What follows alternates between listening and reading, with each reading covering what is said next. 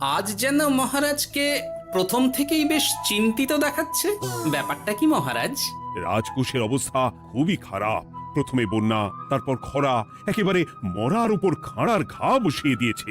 সত্যি তো মহারাজ, রাজকোষ যদি হয় ফাঁকা, তাহলে কিভাবে যাবে নিশ্চিন্তে থাকা?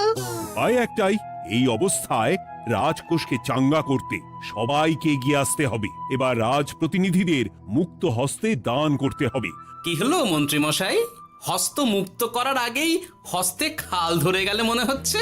কই না তো, মানে এই আর কি, একটু একটু নেড়ে চেড়ে দেখে নিলাম। আমিও নেড়ে ছেড়ে দেখব দান পেটিতে কতটা মোহর জমা পড়ল।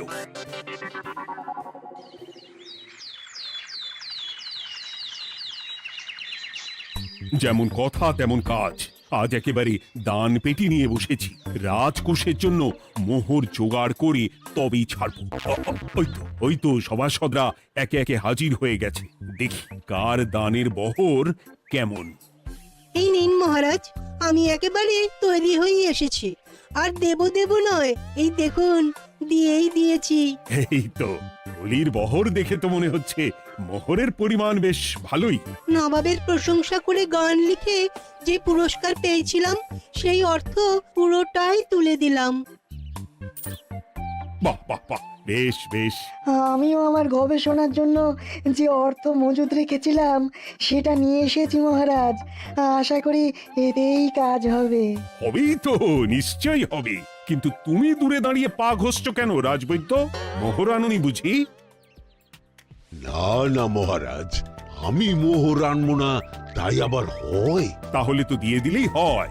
প্রজাদের চিকিৎসা করে যা সংগ্রহ করেছিলাম সেটা প্রজাদের জন্যই না হয় দান করলাম। আমিও ঠিক করলাম এই অস্ত্র না হয় পরেই কিনবো, আপাতত সেই অর্থ না হয় রাজকোষেই যাক। হ্যাঁ, এটাই তো চাই। বাহ, কিন্তু কি পণ্ডিত, তোমার তো খুব কষ্ট হচ্ছে মনে হয়। তা কষ্ট তো একটু হচ্ছে বটেই। এই কটা মোহর দিচ্ছি বটে, তবে দিতে গিয়ে মনে হচ্ছে পাঁজরের হাড় কখানা খুলে দিচ্ছি। বটে, কিন্তু জ্যোতিষী তোমার কি ব্যাপার? না হেলছো না দুলছো, করছোটা কি? মোহর নিয়ে অপেক্ষা করছি মহারাজ, দান আমি করব, তবে একটু অপেক্ষা করছি। আহা, সেটা তো দেখতেই পাচ্ছি, কিন্তু কেন? ওই যে আমার গণনা বলছে দানের জন্য উপযুক্ত সময় আর কিছুক্ষণ পরে, তাই। তবুও তো জ্যোতিষী এসেছে, তারপরে অপেক্ষাও করছে, কিন্তু গোপালের তো টিকিটাও দেখতে পাওয়া যাচ্ছে না। তাই তো, গোপাল তো গড় হাজির। তাহলে দেখুন, হাত খোলার বদলে নির্ঘাত গা ঢাকা দিয়েছে। গা ঢাকা যে দেব তার উপায় আছে।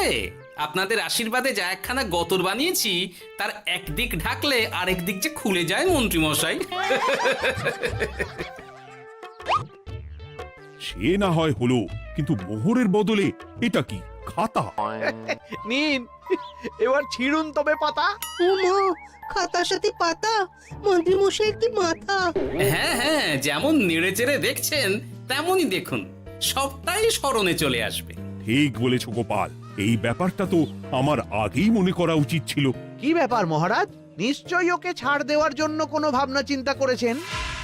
তাহলে শোনো, গোপাল সত্যি তোমাদের সবার থেকে আলাদা। রাজকোষের গতি প্রকৃতি বুঝে সে গত 2 মাস ধরে শুধু বেতন নেয়নি তাই নয়, সাপ্তাহিক পারিতোষিকও নেয়নি। এই হিসেবের খাতা বলছে সবটাই রাজকোষাগারে জমা আছে। সত্যি গোপালের তুলনা হয় না। আমরা আর কতটুকু দিলাম গোপাল, তোমাকে সেলাম। তাই গোপালের সমালোচনা না করে তুমি তোমার দানটা করে ফেলো এবার। আমি তো প্রস্তুত মহারাজ। গুনে গুনে 16 আনা। দেখে তো চোখ ছানা বড়া হয়ে যাচ্ছে। হাজার মোহর দিয়ে মন্ত্রী মশাই নিজের আর পরিবারের জন্য পোশাক পরিচ্ছদ আনাতে পারেন ভিন রাজ্য থেকে, আর দান করার বেলা মাত্র 16 আনা বের করলেন ট্যাগ থেকে। যাই হোক আর তাই হোক, এটা কি মন্ত্রীমশাইয়ের করা শোভা পায়? রাজকোষাগার যে ওদিকে শূন্য প্রায়। আচ্ছা, তাহলে তলে তলে এই সব হচ্ছে, হ্যাঁ? ভেতরের খবরটা তাহলে ওপরে চলেই এলো, হ্যাঁ? এইবার দানের 16 আনা সম্পন্ন হলো।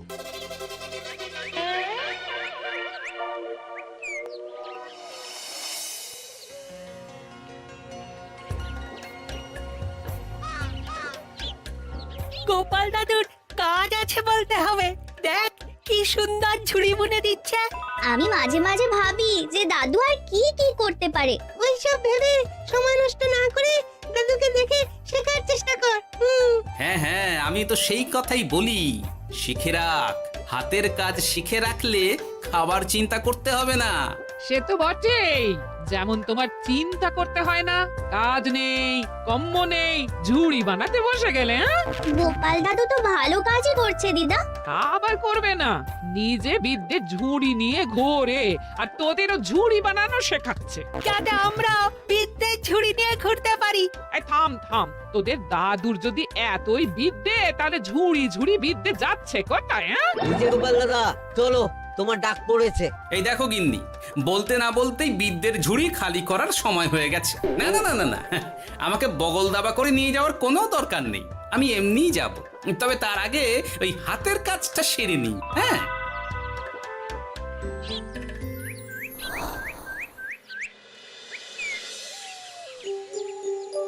কাজটা যে চটপট সেরে নেব তারও উপায় নেই। এই আসে করে অপেক্ষা করছি, কিন্তু গোপালের দেখা নেই। নেই বলতে নেই মহারাজ, এই দেখুন আপনার এক ডাকে আমি হাজির। এই তো এসে গেছে। যাক, এবার আর দেরি না করে কি করলে কি হবে সেটা বলে ফেলো দেখি। করার তো অনেক কিছুই আছে মহারাজ, কিন্তু আপনি ঠিক কোনটা চাইছেন সেটা যদি বলেন। বলার আর কি আছে, মন্ত্রীর কিপ্টে মুজে আর মেনে নেওয়া যাচ্ছে না গোপাল।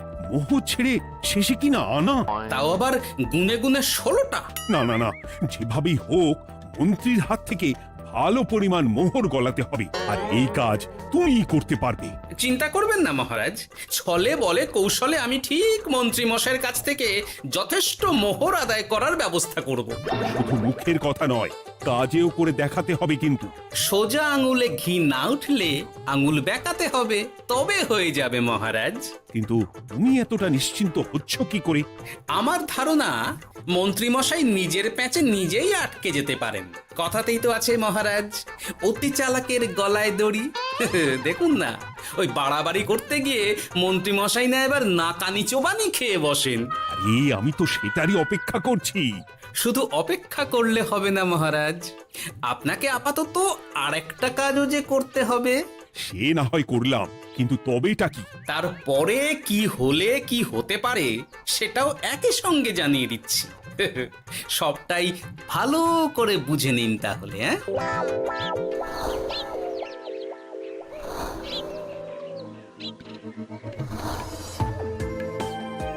নাও এবার তড়ি ঘড়ি সব জোগাড় করো। ওহ, একটু সময় নিয়ে কাজ করার উপায় নেই?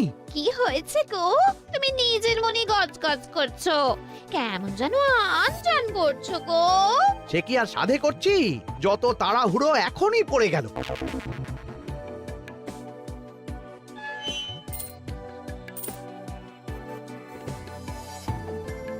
দেখো কাণ্ড, বলা নেই কওয়া নেই, এসে কেমন মোহর গুনতে শুরু করে দিল।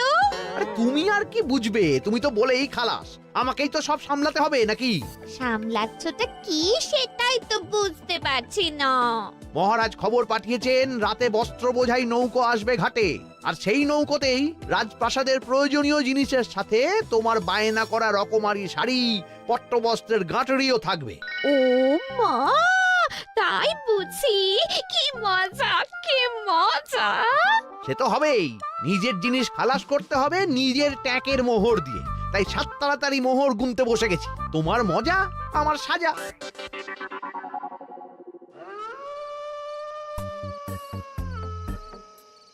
তাড়াতাড়ি পা চালা, তোরা কোথায় আমায় পাহারা দিয়ে নিয়ে যাবি তা নয়, আমাকেই তোদের রাস্তা দেখিয়ে নিয়ে যেতে হচ্ছে। আশ্চর্য! আপনি হলেন মন্ত্রী মশাই, আমরা কি আর আপনার আগে আগে যেতে পারি? আপনি যেমন বলেন আমরা তেমনই করি, আপনি যেমন চলেন আমরাও তেমন চলি। ও, কাজের বেলায় কাঁচকলা, এদিকে কথার একেবারে ফুলঝুরি। একে একে এই যে দেখি মন্ত্রী মশাই, আমার যে আর আনন্দের সীমা নাই। ওরে বাবারে, এটা কে রে? ওমা, আমার কি কপাল! আমাকে না দেখতে পেয়ে মন্ত্রী মশাই করছেন আনচান। এ তো ভূত, এই মেরেছে, এবারে কি হবে? কি আবার হবে? আমাদের ঘাড় মটকাবে। এই তো আমি। কি হলো মন্ত্রী মশাই, মন ভরলো নাকি আরেকটু কাছে আসবো? ওরে বাবারে, ভূত! ওরে বাঁচারে, ওরে বাঁচারে! আপনি বাঁচলে মন্ত্রী মশাইয়ের নাম। এখনো সময় আছে, পালা রে, পালা পালা। ওই দেখো, আরে আরে আমাকে আমাকে ফেলে রেখে পালালো। আমি এখন কোথায় যাই? উড়ি উড়ি। মন্ত্রী মশাই, পালানোর যে পথ নাই। ওরে আমায় ছেড়ে দে রে, উড়ি বাঁচা রে। এই তো, যেমনটা ভাবা তেমনটা কাজ। মন্ত্রী মশাই মোহরের থলি ফেলে পালিয়েছেন। সাবাস কেলে পচা, সাবাস! আর আমরা বুঝি এলেবেলে, আমাদের কথা তো বললে না। আমাদের কি ভূতের মতো দেখাচ্ছিল না? আরে না না, তোরাই তো হলি আমার ভরসা। তোদের ছাড়া কি আর একা একা এসব করা যায় রে? আর কিছু করি না করি, চলো এক্ষুনি এখান থেকে সরে পড়ি। যদি সত্যি ভূত চলে আসে, তখন আমাদেরও ছেড়ে দে মা, কেঁদে বাঁচি বলে পালাতে হবে। ঠিক বলেছিস। এদিকের কাজ আপাতত শেষ, এবার বাকিটা ওদিকে সামলাতে হবে।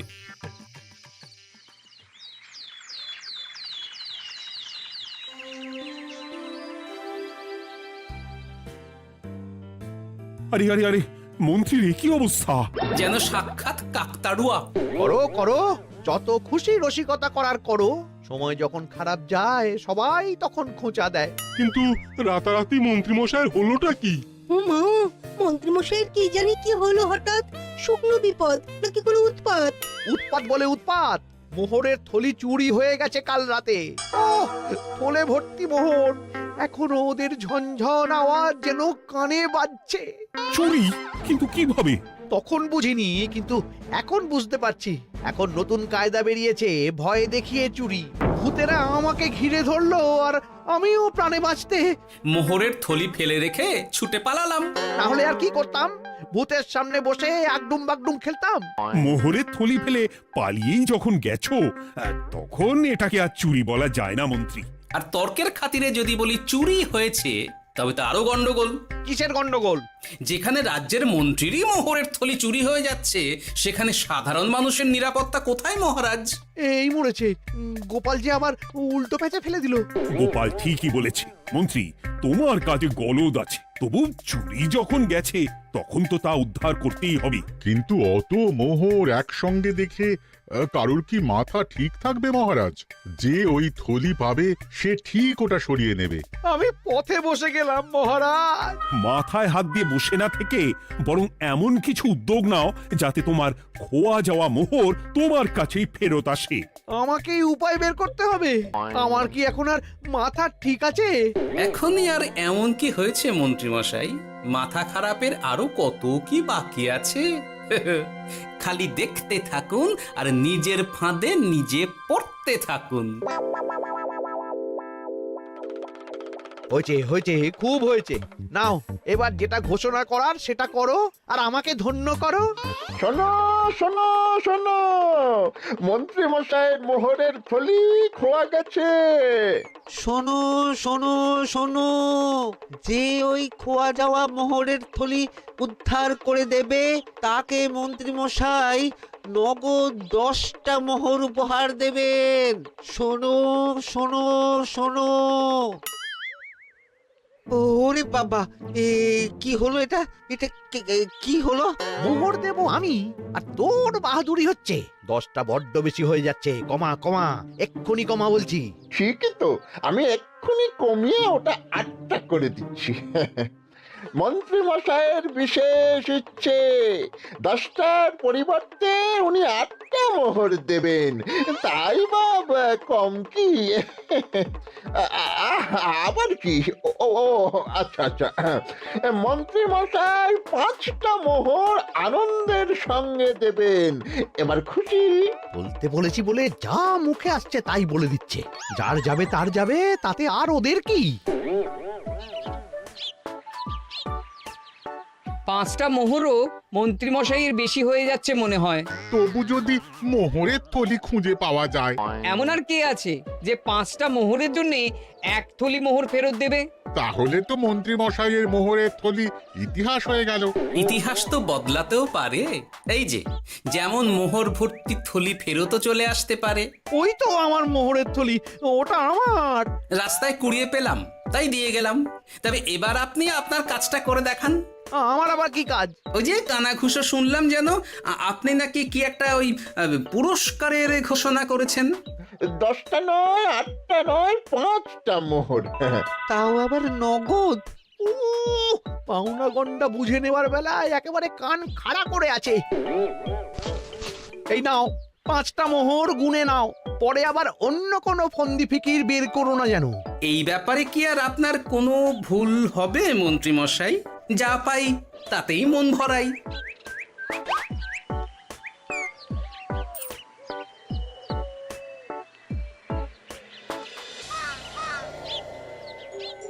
চলে গেল, চলে গেল, কর করে 5টা মোহর চলে গেল। গেল গেল করছো বলো তো? তোমার তো এখন খালি এলো এলো করার কথা গো। কি এলো? বারে মোহরের থলি ফিরে এলো যে। তোমার এখন আনন্দ করার কথা, তা না করে মুখ ঝুলিয়ে ঘুরে বেড়াচ্ছ কেন? তুমি আর কি বুঝবে গিন্নি? খোয়া যাওয়া মোহর ফেরত পাওয়া গেছে বটে, তবে তাতে যে আমার মন ভরছে না। না না, আমি কিছুতেই মেনে নিতে পারছি না। কি মেনে নিতে পারছো না সেটাই তো বলছো না। গোপালকে কর করে 5টা মোহর দিতে হয়েছে, ভাবতে পারছো গিন্নি? না না, কিছু একটা করতে হবে, কিছু একটা করতে হবে। কিন্তু কি করা যায়, কি করা যায়? এই তো ভাবতে ভাবতে এই বুদ্ধিটা মাথায় খেলে গেছে। দেখবে গিন্নি, গোপালকে দেওয়া মোহর আমি এবার কড়ায় গন্ডায় আদায় করে নেব। ও মা, কি কাণ্ড! মোহর আদায় করবে বলে নিজেই তো মোহর সরাতে শুরু করলে। আমি দেখতে পাচ্ছি 5টার বদলে 50টা মোহর আমার ট্যাকে ঢুকছে। আমাকে ঠকানো অত সহজ নয়।